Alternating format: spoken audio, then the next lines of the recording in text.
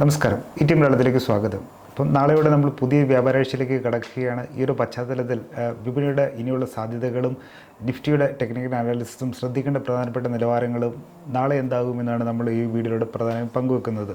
അപ്പോൾ നമുക്ക് കഴിഞ്ഞ ആഴ്ചത്തെ ഒരു പ്രകടനം ഒന്ന് ഓടിച്ചു നോക്കുകയാണെങ്കിൽ സെൻസെക്സും നിഫ്റ്റിയും, അതായത് പ്രധാനപ്പെട്ട ബെഞ്ച് മാർക്ക് സൂചികൾ അല്ലെങ്കിൽ അടിസ്ഥാന സൂചികളെ BSEയുടെ സെൻസെക്സും NSEയുടെ നിഫ്റ്റി നോക്കുകയാണെങ്കിൽ തീർച്ചയായും 3 ദിവസം ഉള്ള നഷ്ടം രേഖപ്പെടുത്തിക്കൊണ്ടാണ് വെള്ളിയാഴ്ച ക്ലോസ് ചെയ്തിരിക്കുന്നത്.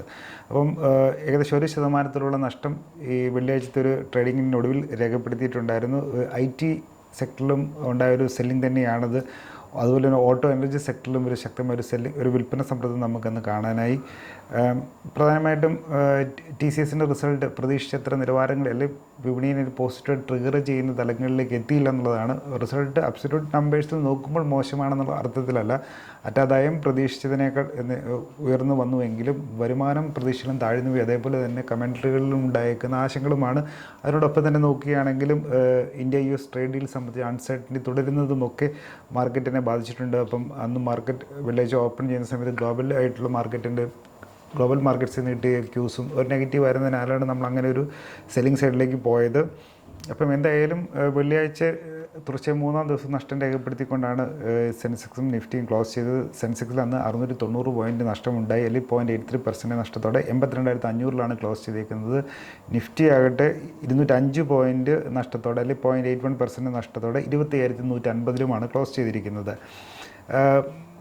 അതുപോലെ തന്നെ നിഫ്റ്റി മിഡ് ക്യാപ്പ് ബ്രോഡ് മാർക്കറ്റിലേക്ക് നോക്കിയാലും മിഡ് ക്യാപ്പ് സ്മോൾ ക്യാപ്പ് ഇൻഡിസസിലും നമുക്ക് ആ ഒരു പ്രോഫിറ്റ് ബുക്കിംഗ് കാണാം.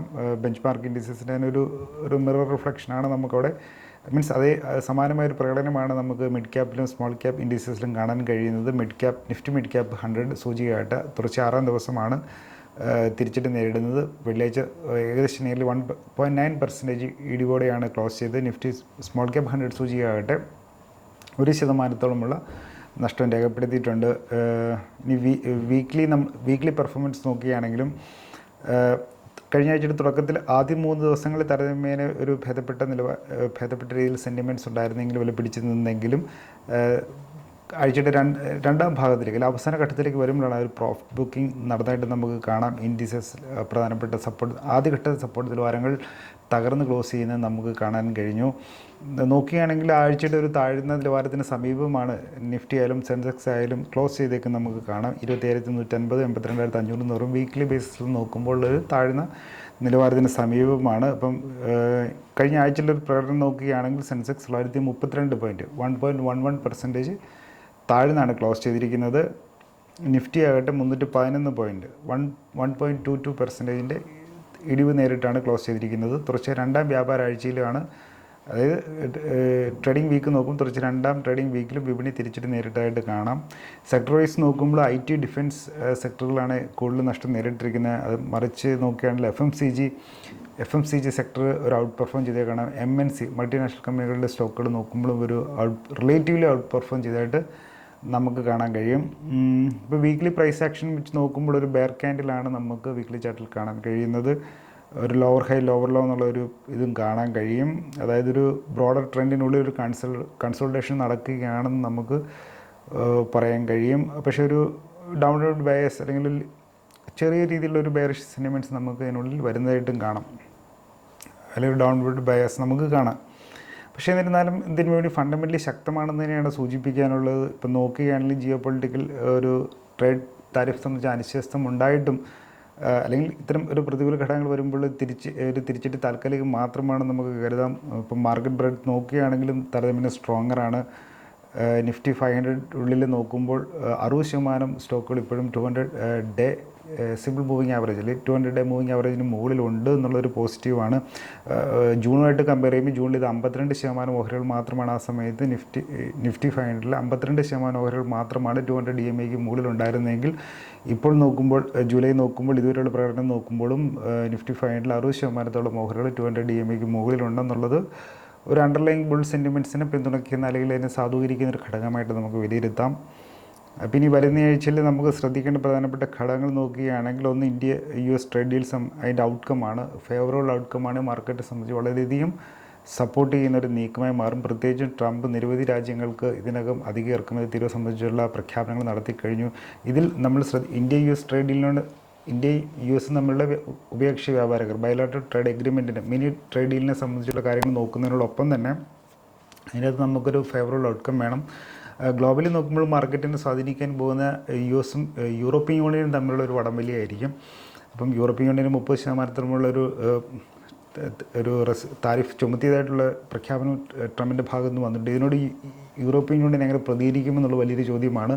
യു എസിൻ്റെ ഏറ്റവും വലിയ വ്യാപാര പങ്കാളിയാണ്. ഇപ്പം അത് യൂറോപ്യൻ യൂണിയനെ മൊത്തത്തിൽ നോക്കുകയാണെങ്കിൽ മറ്റേത് രാജ്യത്തെക്കാട്ടും കൂടുതൽ യു എസുമായിട്ടുള്ള ട്രേഡ് ഡീൽ നടക്കുന്ന ഒരു ബ്ലോക്ക് അല്ലെങ്കിൽ കൂട്ടായ്മയാണ് യൂറോപ്യൻ യൂണിയൻ. അപ്പോൾ അതുകൊണ്ട് തന്നെ അവരുടെ ഭാഗത്ത് നിന്ന് റീറ്റാലിയേഷൻ ഉണ്ടാകണം. മെക്സിക്കോയ്ക്ക് 30% ചുമത്തിയിട്ടുണ്ട്. ഏതെങ്കിലും രീതിയിൽ ഇവരുടെ ഭാഗത്ത് നിന്ന് റീറ്റാലിയേഷൻ ഉണ്ടായാൽ അതിന് മുകളിൽ 30% നമ്മൾ ഓട്ടോമാറ്റിക്കായിട്ട് ആ നികുതി വർദ്ധിക്കും എന്നുള്ള രീതിയിൽ ട്രംപ് പറഞ്ഞു വെച്ചിട്ടുണ്ട്. അപ്പം ട്രേഡ് ഡീൽ സംബന്ധിച്ച അൺസർട്ടനികൾ അല്ലെങ്കിൽ വീണ്ടും ഒരു ട്രേഡ് വാറിന് നമ്മൾ മാർച്ച് സമയത്തൊക്കെ വീണ്ടും ഒരു വിൽപ്പന സമ്മർദ്ദം നേരിട്ടത് ആ ഒരു ഘട്ടത്തിൻ്റെ പശ്ചാത്തലത്തിലായിരുന്നു. അപ്പം അതിനുശേഷം ഏപ്രിലോടുകൂടി അതിനൊരു താൽക്കാലിക മരവിപ്പിക്കലിന് ട്രംപ് ഏർപ്പെടുത്തിയതോടെയാണ് മാർക്കറ്റ് റിക്കവർ ചെയ്തതും ഇപ്പോൾ ഒരു അവസ്ഥയിലേക്ക് നമ്മൾ എത്തിയതും. അപ്പം യൂറോപ്യൻ യൂണിയൻ്റെ തിരിച്ചുള്ള യു എസ് ഇപ്പോൾ പ്രഖ്യാപിച്ചിട്ടുള്ള താരിഫിനെതിരെ യൂറോപ്യൻ യൂണിയൻ എങ്ങനെ പ്രതികരിക്കുമെന്നുള്ളത് വളരെ നിർണായകമാണ്. അപ്പം അവർ റീറ്റാലിയേറ്ററി ആയിട്ട് പോകാനാണ് തീരുമാനിക്കുന്ന നെഗോസിയേഷൻ വിട്ട് റീറ്റാലിയേഷൻ അല്ലെങ്കിൽ ഒരു തിരിച്ചടിക്കുള്ള രീതിയിലാണ് പോകുന്നതെങ്കിൽ വീണ്ടും ട്രേഡ് വാറിൻ്റെ കൺസേൺസ് വീണ്ടും വരാനുള്ള സാധ്യതകളുണ്ട്. ഇതിനിടയിൽ ഇന്ത്യ യു എസ് ട്രേഡിൽ സംബന്ധിച്ച് ഒരു ഫേവറബിൾ ഔട്ട്കം വരുന്നത് ഇന്ത്യയെ സംബന്ധിച്ച് ഗുണകരമാവുകയും ചെയ്യും. അപ്പോൾ അത് ശ്രദ്ധിക്കേണ്ടതുണ്ട്. അതുപോലെ തന്നെ Q1 അതായത് നടപ്പ് സാമ്പത്തിക വർഷത്തിലെ ഒന്നാം പാദഫലം ഏപ്രിൽ മുതൽ ജൂൺ വരെയുള്ള കാലയളവിലെ കോർപ്പറേറ്റ് കമ്പനികളുടെ പാദഫലങ്ങൾ പ്രഖ്യാപിക്കുകയാണ്. അപ്പം അതിൻ്റെ അകത്ത് പ്രധാനപ്പെട്ട ഒരുപാട് കമ്പനികൾ ഹെവി വെയ്റ്റ് ഇൻഡെക്സ് സ്റ്റോക്കുകളൊക്കെ ഈ ആഴ്ച വരാനുണ്ട്.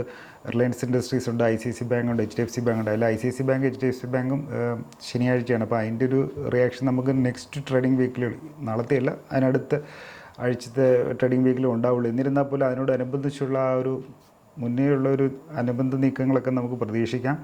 HCL ടെക് ഉണ്ട്, ടെക് മഹീന്ദ്ര ഉണ്ട്, Axis Bank, Wipro, JSW Steel, L&T Finance, Reliance ഇൻഡസ്ട്രീസും ഉണ്ട്.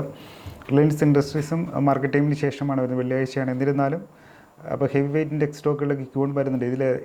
ഇതിൽ പ്രധാനപ്പെട്ട കമ്പനികൾക്കൊക്കെ പ്രതീക്ഷ നിലവാരത്തിന് മുകളിലുള്ള ഒരു Q1 റിസൾട്ട്, ഒന്നാം പാദഫലം നൽകാൻ കഴിയുന്നത് മാർക്കറ്റിൻ്റെ സെൻറ്റിമെൻറ്റ്സിനെ ശക്തിപ്പെടുത്തുന്ന ഒരു ഘടകമാണ്. അപ്പം അതുകൊണ്ട് തന്നെ വിടാതെ പ്രധാനപ്പെട്ട കമ്പനികളുടെ റിസൾട്ട് പരിശോധിക്കേണ്ടതുണ്ട്, മാനേജ്മെൻറ്റ് കമൻട്രീസ് നോക്കേണ്ടതുണ്ട്. അവർ ട്രേഡ് ഡീലിനെ സംബന്ധിച്ചുള്ള ഒരു എൻവയോൺമെൻറ്റിൽ ആ ഒരു പശ്ചാത്തലത്തിൽ ഭാവി ബിസിനസ് സാധ്യതകളെ പറ്റിയുള്ള സൂചനകൾ നൽകുന്നതും വിപണിയെ സംബന്ധിച്ച് പ്രധാനമാണ്.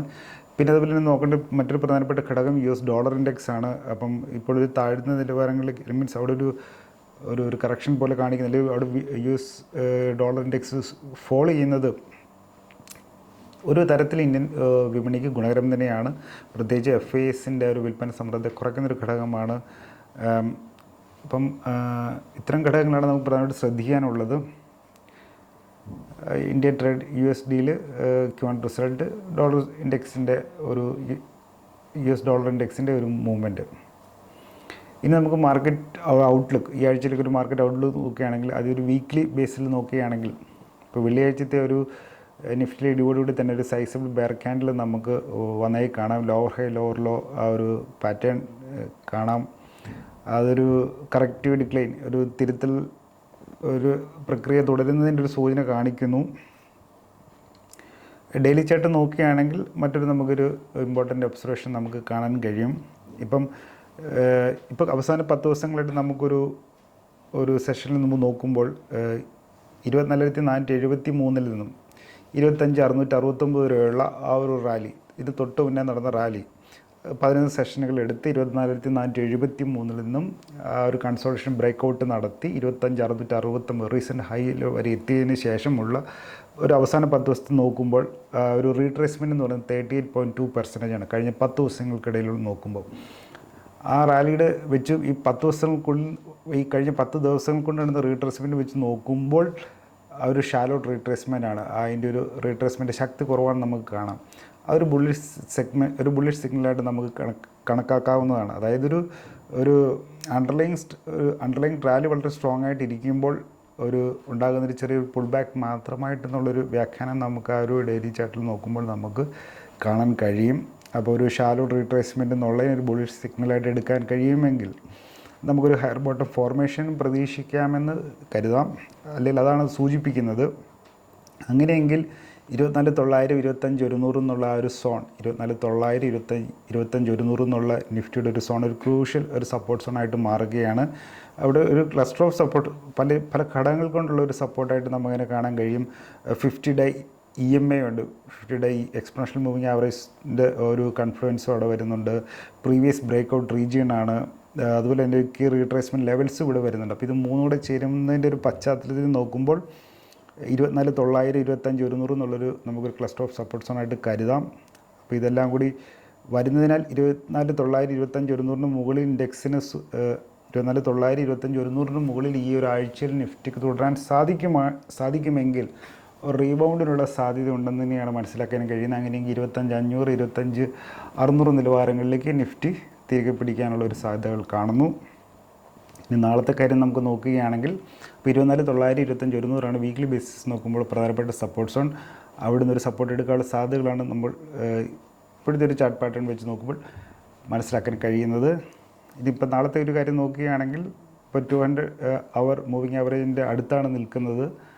അപ്പോൾ അതുകൊണ്ട് തന്നെ നാളത്തെ ഒരു ഓപ്പണിങ്ങിൽ ഒരു പോസിറ്റീവായിട്ട് ഓപ്പൺ ചെയ്യാൻ കഴിയുകയും 25,150 25,160 ഇതിൻ്റെ മുകളിൽ ഒരു ട്രേഡിങ്ങിൻ്റെ തുടക്കഘട്ടത്തിൽ 25,150 25,160 ക്ലോസിങ്ങിൻ്റെ തൊട്ട് മുകളിൽ സസ്റ്റെയിൻ ചെയ്യാൻ സാധിക്കുന്നുണ്ടെങ്കിൽ 25,250കളിലേക്ക് ഉള്ളൊരു മുന്നേറ്റത്തിനുള്ള ശ്രമം ഉണ്ടാകും.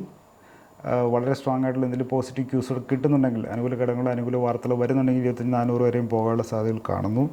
എന്തായാലും നാളത്തെ ഒരു ഓപ്പണിങ്ങിൽ 25,150 ഇന്നലത്തെ അതായത് വെള്ളിയാഴ്ച ക്ലോസിന് മുകളിൽ സസ്റ്റെയിൻ ചെയ്യാൻ സാധിക്കുകയാണെങ്കിൽ 25,250 നിലവാരങ്ങളിലേക്കുള്ളൊരു മുന്നേറ്റത്തിലുള്ള ശ്രമം നിഫ്റ്റിയിലുണ്ടാകും എന്നാണ് സൂചിക്കുന്നത്. മറിച്ചായാൽ 25,950 24,900 ഇതാണ് പിന്നീട് ശ്രദ്ധിക്കേണ്ടത്. അതായത് 25,150 താഴെയാണ് സസ്റ്റെയിൻ ചെയ്യുന്നതെങ്കിൽ ഒരു കറക്ഷനുള്ള വീടൊരു സാധ്യത കാണുന്നു. 25,900 24,900 നിലവാരങ്ങൾ സപ്പോർട്ട് എടുക്കുമെന്ന് കരുതുന്നു.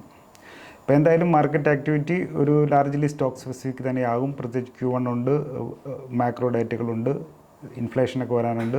അതേപോലെ തന്നെ ഇന്ത്യ US ട്രേഡ് ഡീൽ സംബന്ധിച്ചുള്ള വാർത്തകളൊക്കെ വെയിറ്റ് ചെയ്യുന്നൊരു സ്ഥാനത്തിൽ തന്നെ വിധിക്കുന്നൊരു പശ്ചാത്തലത്തിൽ തന്നെ ഒരു സ്റ്റോക്ക് സ്പെസിഫിക് ആക്ഷൻ തന്നെ ആയിരിക്കും പ്രതീക്ഷിക്കുന്നത്. അപ്പോൾ ചുരുക്കി പറഞ്ഞാൽ ജാഗ്രത പാലിക്കണം. പക്ഷേ ഒരു ബുള്ളിഷ് കാഴ്ചപ്പാട് ഇപ്പോൾ ഉപേക്ഷിക്കാറായിട്ടില്ലെന്ന് കരുതാമെന്ന് തന്നെയാണ് ഒരു ചുരുക്കി പറയാനുള്ളത്. അപ്പോൾ എന്തായാലും ഞാനൊരു സെബി രജിസ്റ്റേർഡ് അനലിസ്റ്റ് ഒന്നുമല്ല, മാർക്കറ്റുമായി ബന്ധപ്പെട്ട കാര്യങ്ങൾ ഒരു അക്കാഡമിക് പർപ്പസിൽ ഷെയർ ചെയ്യുന്നു മാത്രം. അപ്പോൾ ഈ വരുന്ന ആഴ്ച അവർക്ക് നല്ലതാകട്ടെ എന്ന് ആശംസിച്ചുകൊണ്ട് നിർത്തുന്നു. വീണ്ടും കണ്ടുമുട്ടാം. നന്ദി, നമസ്കാരം.